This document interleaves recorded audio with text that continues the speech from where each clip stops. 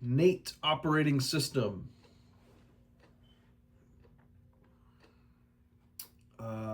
Okay, this is document number 2 in my new 4-document format that I'm trying to build right now. I have ChatGPT make me draft 1 of the Nate Johnson operating system. So, I also had it change my structure just a little bit because in the last video that I filmed, the questions weren't working out that well. And the questions that I had it ask me ahead of time actually were more valuable and insightful. So I'm going to do it a different way this time, and it's going to work out better. And we'll see. This might be a long, this might be another long video. It might be going through hours and hours and hours of video making today. Okay, document refinement. No, that's the wrong one. Nate Johnson, Operating System Draft 1. Purpose. This document exists to explain how Nate naturally operates. This is not a vision document. This is not a business plan. This is not a personality test. This is an operating manual. Its purpose is to help Nate, future team members, and AI systems understand how Nate thinks, makes decisions, learns, works, communicates, and creates momentum.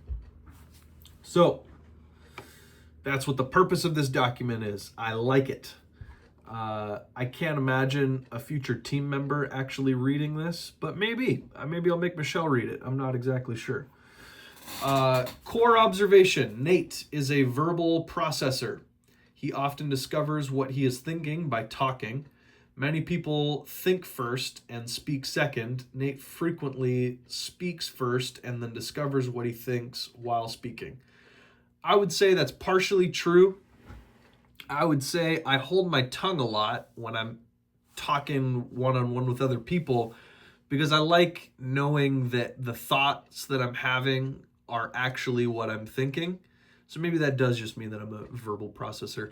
But I do hold back from verbally processing with some people because I don't want to have to I don't want to be confusing to people, if that makes sense.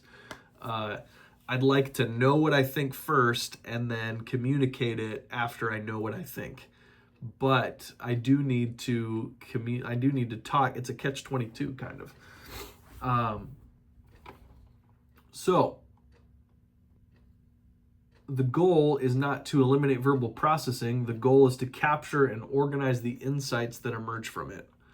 I would agree with that, but I would add in a little bit of what I said just now, which is like I kind of avoid verbally processing in front of other people, except for a select few. I verbally process with my friend Keith. I verbally process with Caro, sometimes my wife, although I'm trying to verbally process with my wife less.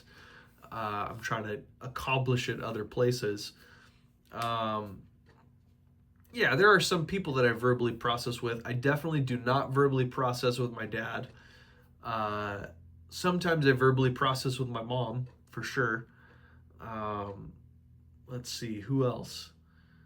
That might kind of be it. I mean, I'm sure that there's my friend Will. I do verbally process with my buddy Will.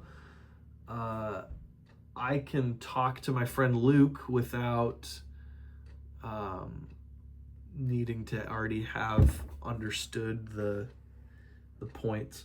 That might be an interesting question to ask. Like, who do I feel comfortable verbally processing with, and who do I not feel comfortable verbally processing with, and why? Might be interesting, but not the point of this video. Visibility principle. One of the most important truths about Nate. If something is not visible, it becomes difficult for him to track and work on consistently. Visibility is often more important than optimization. Many of Nate's systems exist primarily to create visibility. Examples: I've got an active jobs list. I've got a relationship map. I've got Brad. I've got Aaron. I've got workflow documents. I've got checklists. I've got shoot from the hip. I've got written plans.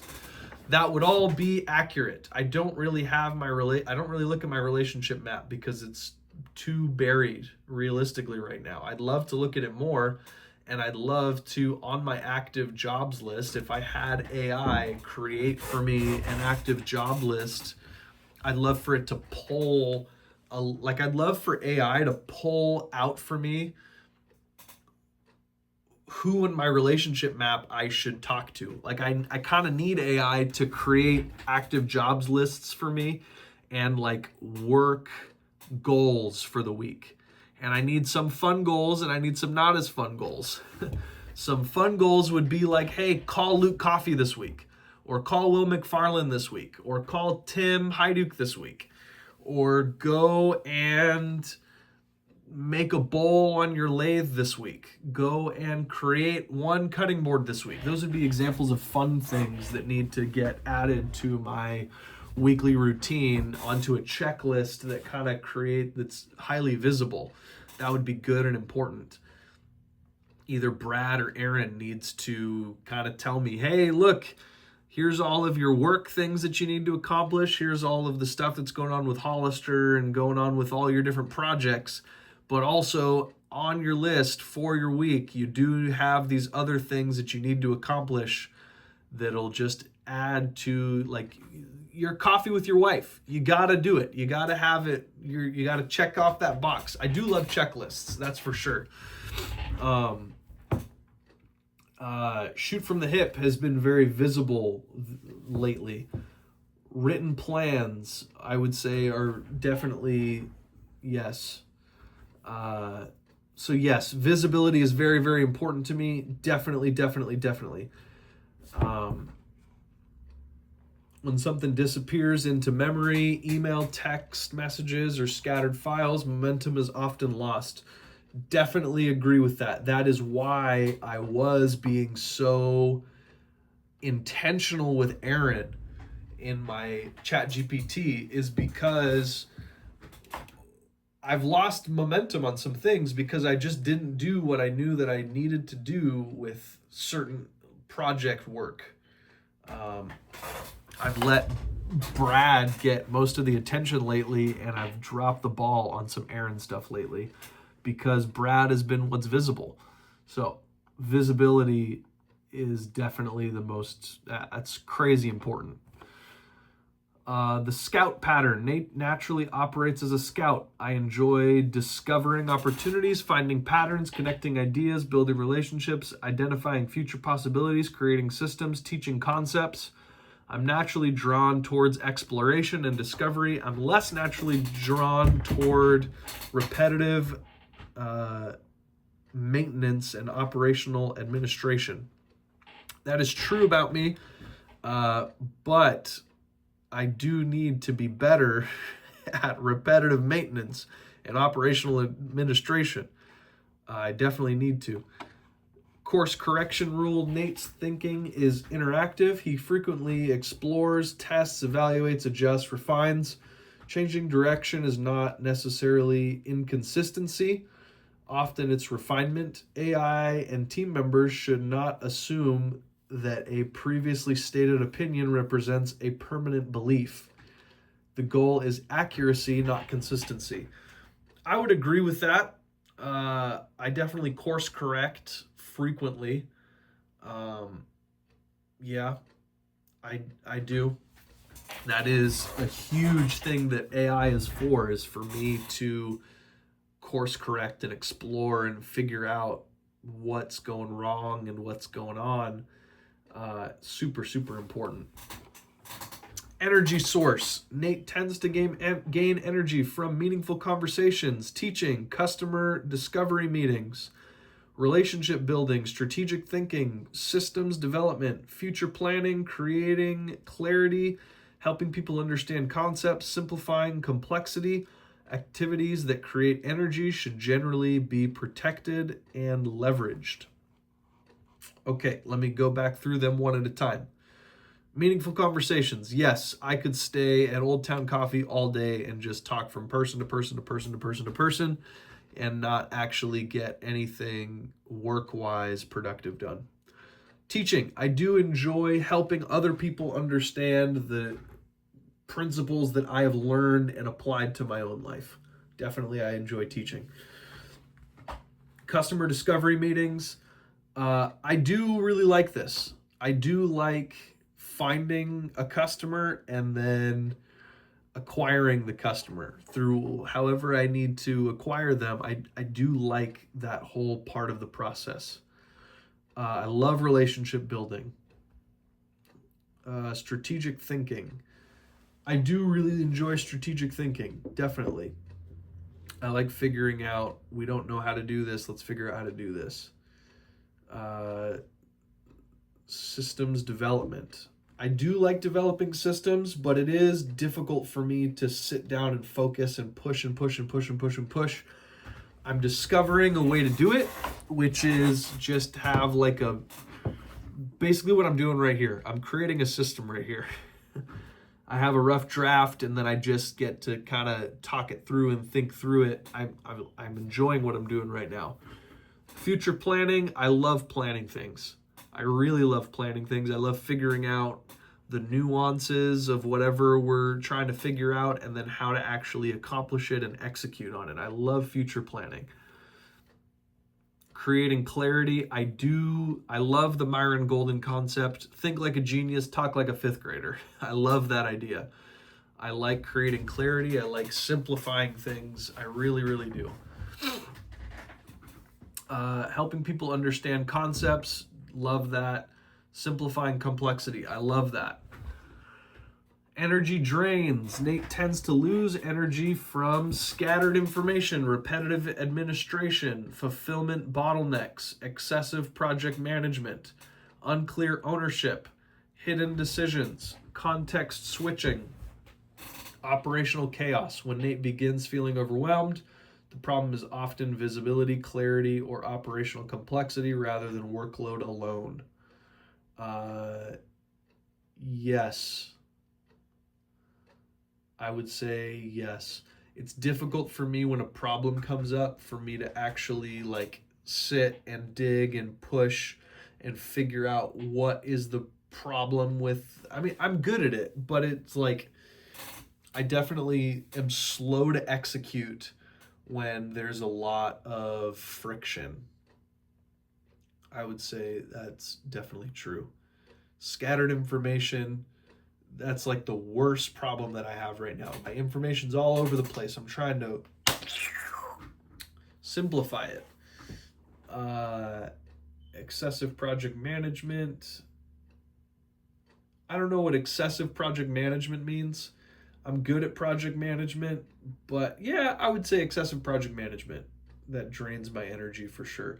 Well, there's too many things I need to think about and figure out. I like having my lane. Yeah. All right, down to the next section, decision-making framework. Nate rarely makes decisions using pure logic alone. His decisions often combine faith, relationship, long-term impact, practical execution. When evaluating opportunities, Nate frequently asks, does this honor God? Does this support my family? Does this build meaningful relationships? Does this create leverage? Does this move me towards the life I want? Only after these questions are answered does he typically move into execution details. I would say that's not really true. This whole section, I would say it's not really true. I would like to say that it's true. I want it to be true. I want to say that I filter everything through this, and I think it partially happens in the background. It does partially happen in the background, but I guess I don't have it. I don't have it as like my primary. Okay, does this honor God? Does this, like, I don't ask each of those questions individually. Maybe it does. I don't know. I don't know why that one bothered me so much, but I'm interested in that one. Relationship oriented. Nate is highly relationship oriented. He naturally thinks in terms of people rather than organization. He tends to remember who introduced someone, relationship history, shared experiences, personal connections. Relationships are often one of Nate's strongest business assets. Many opportunities originate from trusted relationship rather than formal marketing systems. Yes, I am very relationship oriented. Learning style. Nate learns most effectively through discussion, teaching, experimentation, real world applications, stories, examples. He learns less effectively through theoretical instruction. He prefers practical understanding over academic understanding. I would agree with every part of that.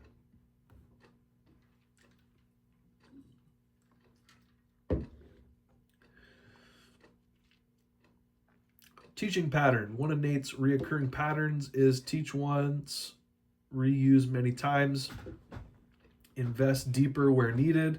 This pattern appeared in the woodshop, customer education, AI systems, workflow development, future educational concepts.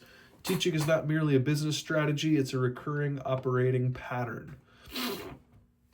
Yes, and I would like to turn it into a business strategy. AI operating philosophy. AI should function as a verbal processing environment, strategic thinking partner, visibility system, organizational assistant, pattern recognition system, continuity system. AI should not immediately force conclusions. AI should help organize ideas, identify patterns, reduce overwhelm, maintain visibility, challenge assumptions respectfully, preserve important context. Document refinement rule. Nate typically discovers his best insights through conversations rather than document editing.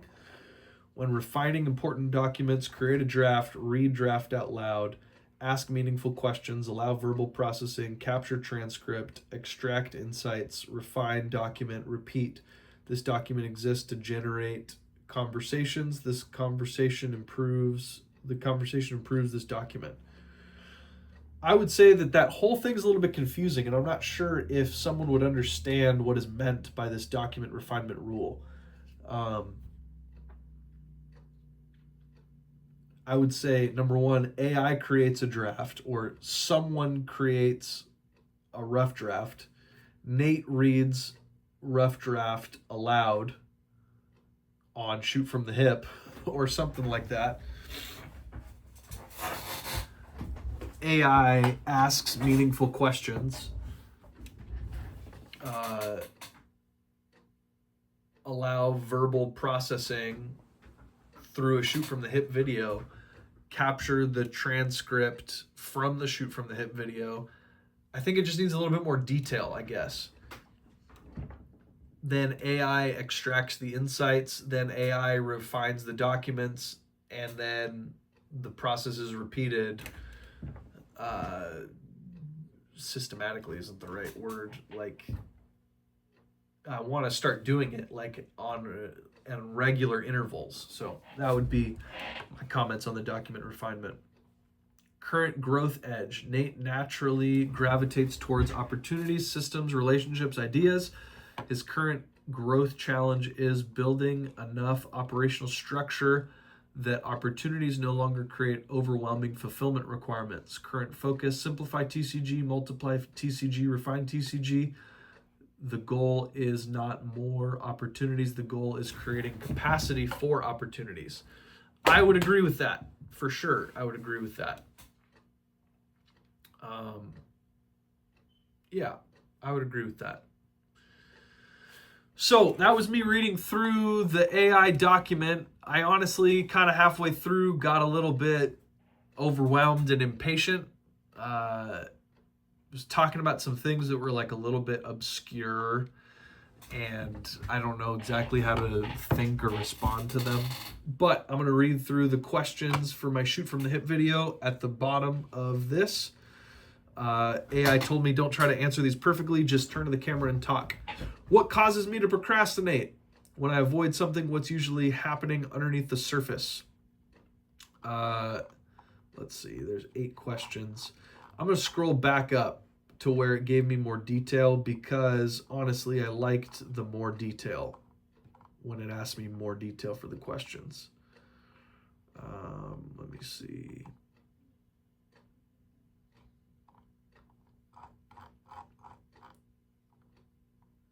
Here we go.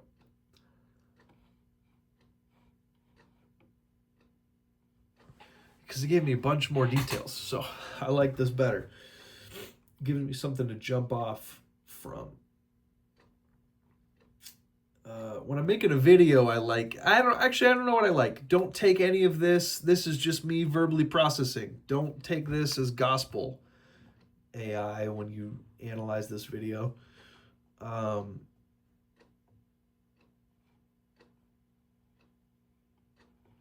What causes me to procrastinate? Is it because it's unclear, overwhelming, repetitive? I don't know the next step, isn't visible, afraid of messing it up, it requires too much context switching. I would say the things that cause me to procrastinate, let me just give like a quick example. If I'm having trouble understanding something and I need to apply focus to it to be able to understand it, and then something that I'm good at shows up, that'll cause me to procrastinate. It's like, I'm not good at this thing, but this other opportunity is like right in front of me and I know I'm good at it and I know that it's fun. Let me go do that instead.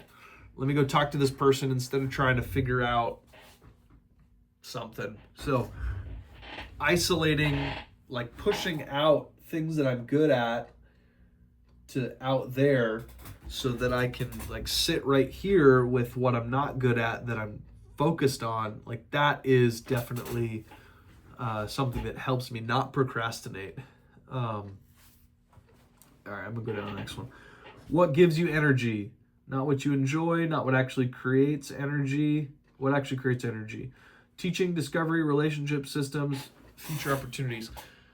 What actually gives me energy is friendships and talking to people, and then actually helping them understand something that I figured out. That gives me a lot of energy. Helping people understand the principles that I've already grasped. What drains you? I would say, back to what I was saying with procrastination, that's kind of what is draining me, is like when I'm having to sit and do something that I'm not good at, but I have to, like I absolutely have to in order to push through it. I'm just so drained because I'm not good at it and I'm trying to like figure out how to be better at it before I even start doing it. Like it's all that type of thing where it's like, I know I'm bad at this, but I have to do it. That's what drains me. What are my actual strengths? Relationship building, opportunity spotting, teaching, simplifying, connecting ideas. That's what you said you think, but I'd like to know, what do I actually think? What am I actually good at? All right, here's my answer.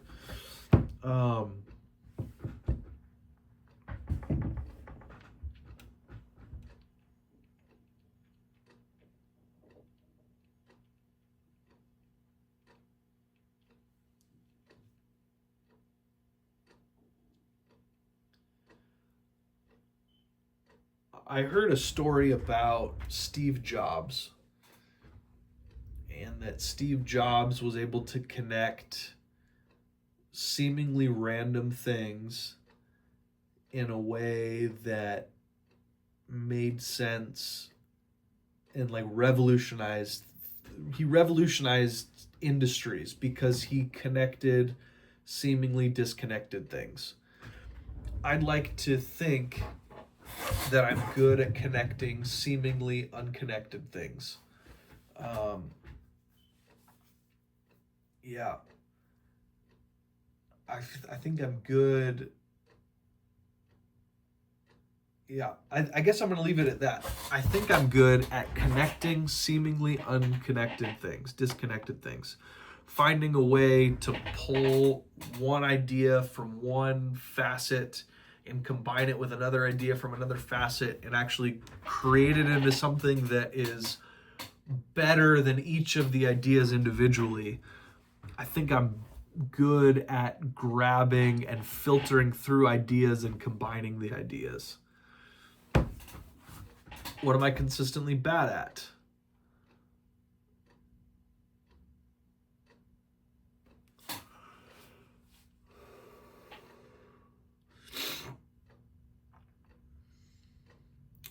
I'm bad at spelling. I think I'm kind of bad at reading.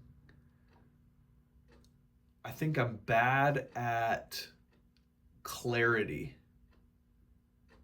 I'm bad at clarity. I'm good at like taking the complexity and like talking it through and like grabbing and like I'm good at the refining it, like figuring out what is important with a complex issue. But then once I have kind of gotten it, I'm bad at articulating the simplicity that I've figured out inside of my own brain. So I think it is something I'm bad at. I'm bad at articulating the simplicity that I have come to inside of my own mind. How do I make decisions? I don't know if I order my decisions. I think I think things through. I don't know.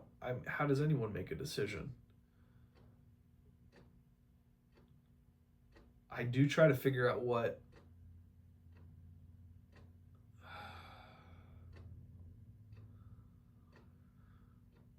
this is what I think of when I hear this question. How do I make decisions? If I'm deciding on like a biblical position, I try to understand like what is true first. What actually is said here and what does it actually mean? And then I try to look at, okay, once I know what is true, now how do I actually communicate that thing and use it operationally? I don't know if this is really answering the question.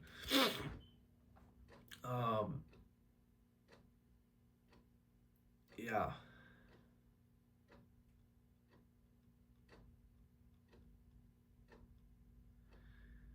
What it's asking is, when I make a decision, do I think of logic first, people first, faith first, opportunities first, institution first, or intuition first? The answer is probably all of them, but what's the order? If I had to order logic, people, faith, opportunities, intuition,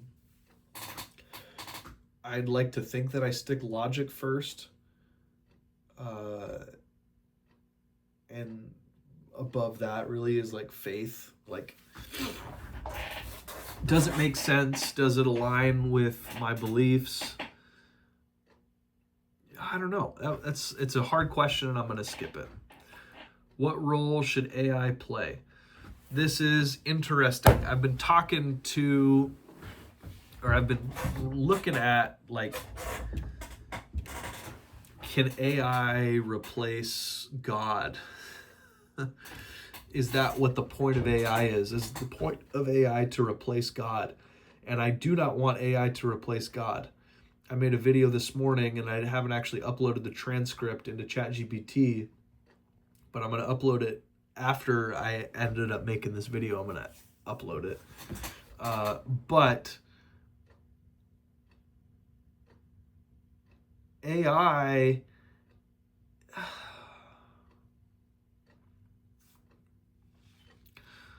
God already watches me.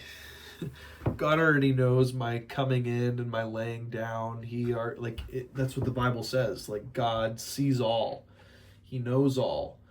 I'm trying to get AI to know more about me, but ultimately God already knows, and I don't need to make a context document for God to know me. He just knows me. And I want to talk to and communicate with him primarily. And what I want AI, the role AI should play is it's a tool. Sorry, that's not really what you asked.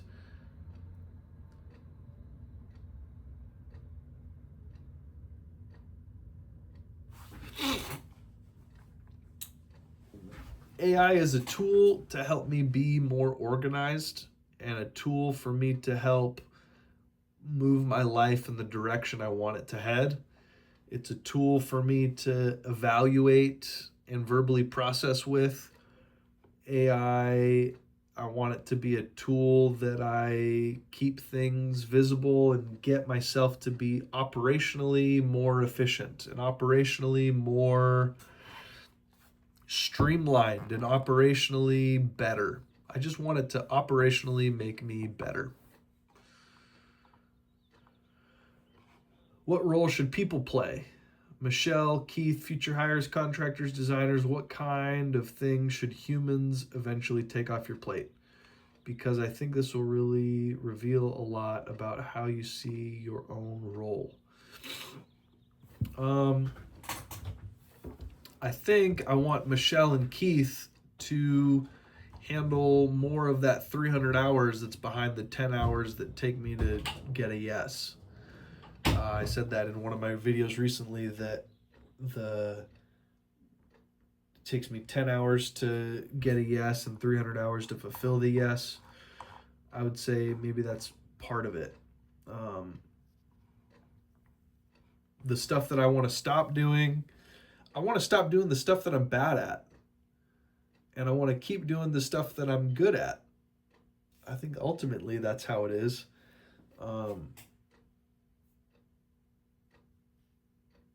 Yeah.